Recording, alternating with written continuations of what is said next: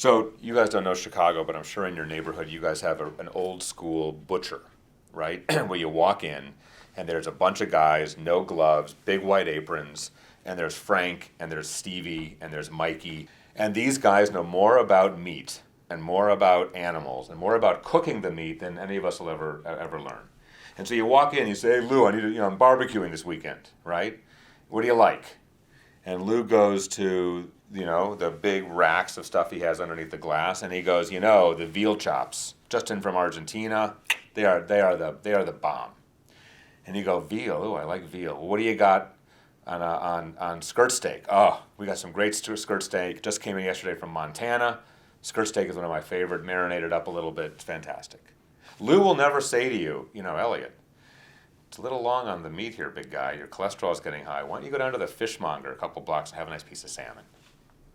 Right? He'll never do that. Why? His job is to sell me meat, and I go in, actually the same way I go into the Toyota dealership, because I like Toyotas, and I trust the salesman to sell me a good product if I trust him. And the fact that he's got my interest at heart vis-a-vis my expectations for selling me that thing. By the same token, when I go to see a dietitian, I know she's going to look at all of my labs, she's going to take all the measurements, she's going to run all of her analysis, and she's going to absolutely give me her best thinking on what's best for me.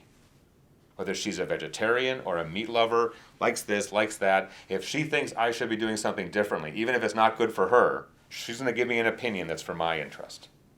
So what's the difference between a fiduciary and the brokers? Well, these are dietitians, these are butchers. It's that simple.